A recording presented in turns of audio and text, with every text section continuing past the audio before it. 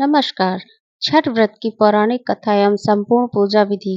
कौन है छठ मैया? क्यों करते हैं छठ पूजा?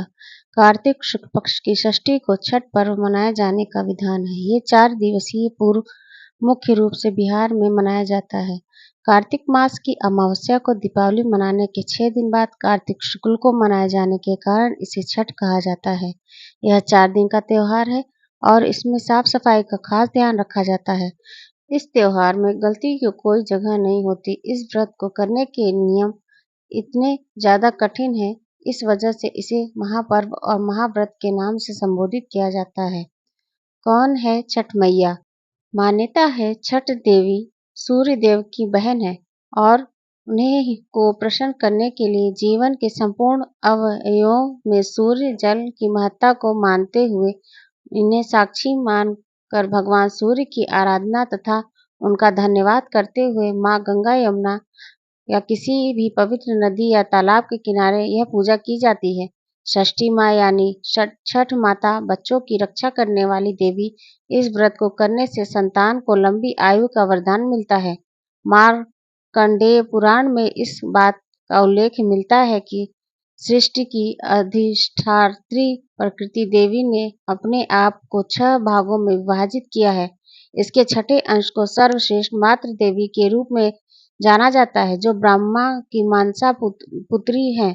वो बच्चों की रक्षा करने वाली देवी हैं। कार्तिक मास के शुक्ल पक्ष की षष्ठी को इन्हीं देवी की पूजा की जाती है।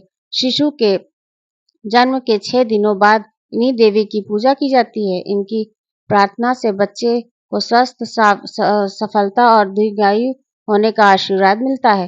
पुराणों में इन्हें देवी का नाम कात्यायनी बताया गया है, जिनकी नवरात्रि की षष्ठी तिथि को पूजा की जाती है। छठ पर्व का तीसरा दिन सबसे खास होता है, क्योंकि इस दिन महिलाएं 36 घंटों का निर्जला व्रत शुरू करती हैं।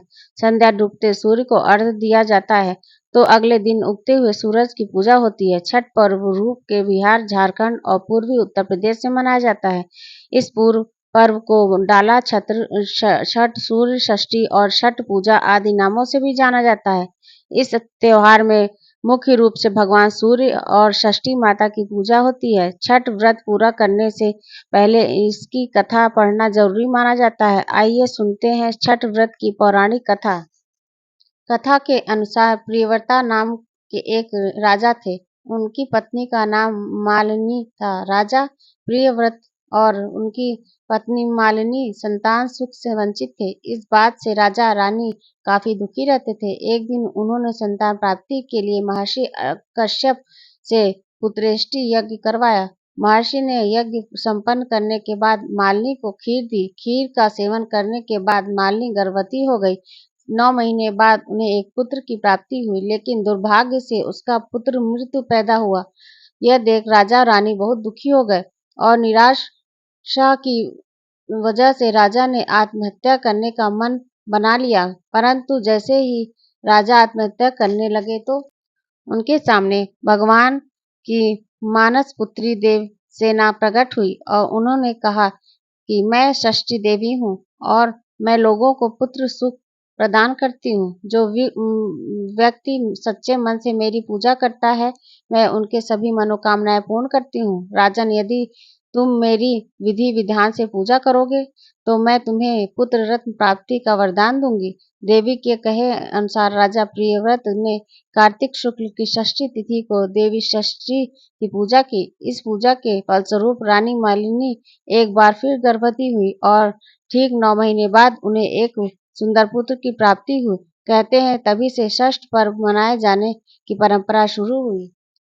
इस पर्व से जुड़ी एक और कथा है। इसके अनुसार महाभारत काल में जब जुए में पांडव अपना सारा राजपाट हार गए थे, तब द्रौपदी ने छठ व्रत रखा था। द्रौपदी के व्रत से प्रसन्न होकर षष्ठी देवी ने पांडवों को उनका राजपाट वापस कर दिया था। वहीं एक अन्य पौराणिक कथा के मुताबिक महाभारत काल में सूर्यपुत्र कर्ण सबसे पहले सूर्यदेव की पूजा की थी और कहा जाता है कि घंटों पानी में खड़े होकर कर्ण सूर्यदेव को अर्घ्य देते थे। सूर्यदेव की कृपा से कर्ण एक महान योद्धा बना था। आज भी छठ में अर्घ्य दान की यही परंपरा चली आ रही है। छठ पूजा के लिए जरूरी है ये सामग्रियां। छठ पूजा के लिए कुछ सामग्रियों की विशेष आवश्यकता होती है। माना जाता है कि पूजन सामग्रियों के बिना छठ पूर्व पूरा नहीं होता। छठ पूजा की पूजन सामग्री में बांस की टोकरी, सूप, नारियल, पत्ते, लगे गन्ने, अक्षत, सिंदूर, धूप, दीप आदि, थाली, लोटा, नव वस्त्र, नारियल पानी भरा, अदरक का हरा पौधा, मौसम के अनुकूल फल, मिट्टी या पीतल का कलश, कुमकुम, पान तथा सुपारी। छठ पूजा की विधि। छठ पूजा के दिन सुबह ब्रह्म मुहूर्त में उठें और स्नान आदि से निवृत्त होकर छठ व्रत का संकल्प लें। इस क्रम में सूर्य देव और छठी मैया का ध्यान रखें। व्रती को छठ पूजा के दिन अन्न ग्रहण नहीं करना होता है। संभव हो तो निर्जल व्रत रखकर उनका विधिवत पालन करें। छठ छठ के पहले दिन संध्याकालीन अर्घ्य होता है, जिसमें डूबते हुए सूर्य को अर्घ्य दिया जाता है। ऐसे में इस दिन सूर्यास्त से थोड़ा पहले छठ घाट पर पहुंचे और वहां स्नान करने के बाद अंताचलगामी सूर्य को पूरी निष्ठा के साथ अर्घ्य दें। इस दिन भगवान सूर्य को अर्घ्य देने के लिए बांस या पीतल की टोकरी या सूप का उपयोग किया जाता है। ऐसे में बांस या पीतल की टोकरी का इस्तेमाल करते हुए सूर्य देव को अर्घ्य दें।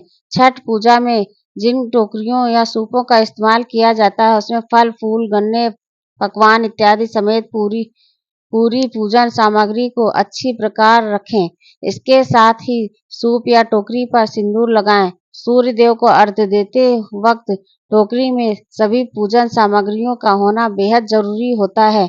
ऐसे में इस बात का विशेष ध्यान रखें। इसके साथ ही पूरे दिन और रात भर निर्जल व्रत रखकर अगले दिन सुबह उगते हुए सूर्य को जल अर्पित करें। सूर्य देव का अर्घ्य निवेदित करने के साथ ही मन उनसे अपनी मनोकामना कहें। छठ पूजा के दौरान कब क्या करना है?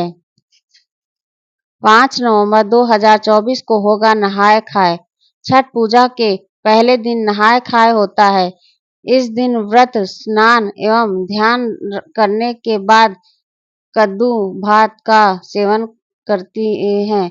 छठ व्रत को नहाय खाए के दिन शुद्ध और सात्विक भोजन ग्रहण करना होता है। इसके साथ ही इस दिन जब छठ व्रत भोजन कर लेती हैं तभी घर के अन्य सभी सदस्य भोजन करते हैं। इस साल छठ पूजा का नहाय खाए 5 नवंबर को है। 6 नवंबर 2024 को खरना, छठ पूजा के दूसरे दिन खरना करते हैं। इस दिन व्रती महिलाएं स्नान के बाद चावल गुड़ की खीर बनाकर खरना माता को अर्पित करती हैं। इस प्रसाद को मिट्टी के नए चूल्हे पर आम की लकड़ी से जलाकर बनाया जाता है। शाम को पूजा के बाद घर सभी सदस्य पहले खरना प्रसाद ग्रहण करते हैं, फिर भोजन करते हैं। खरना प्रसाद को बेहद शुभ माना जाता है। इस प्रसाद को खाने के बाद व्रत शुरू हो जाता है। इस दिन नमक नहीं खाया जाता। इस साल छठ पर्व का खरना 6 नवंबर को है। 7 नवंबर 2024 को डूबते सूर्य को अर्घ्य। छठ पूजा का तीसरा दिन बहुत खास होता है। इस दिन शाम को अस्तगामी सूर्य यानी डूबते सूर्य को अर्घ्य दिया जाता है। टोकरी में फलों, ठेकुआ, चावल के लड्डू आदि से अर्घ्य सूप को सजाया जाता है। नदी या तालाब में कमर तक पानी में रहकर अर्घ्य दिया जाता है। 8 नवंबर 2024 को उगते हुए सूर्य को अर्घ्य। चौथे दिन उगते सूर्य को अर्घ्य देते हैं। इसके बाद ही 36 घंटे का व्रत समाप्त हो जाता है। छठ पूजा में मन और तन की शुद्धता बहुत जरूरी है। अर्घ्य देने के बाद व्रत प्रसाद का सेवन करके व्रत का पारण करती हैं। जय हो छठी मैया। दोस्तों, आपको ये जानकारी कैसे लगी कृपया कमेंट्स करके जरूर बताएं। वीडियो पसंद आए तो लाइक करें और ऐसे ही और भी बहुत सारी जानकारियां, कथाओं एवं कहानियों को सुनने के लिए चैनल को सब्सक्राइब जरूर करें। धन्यवाद।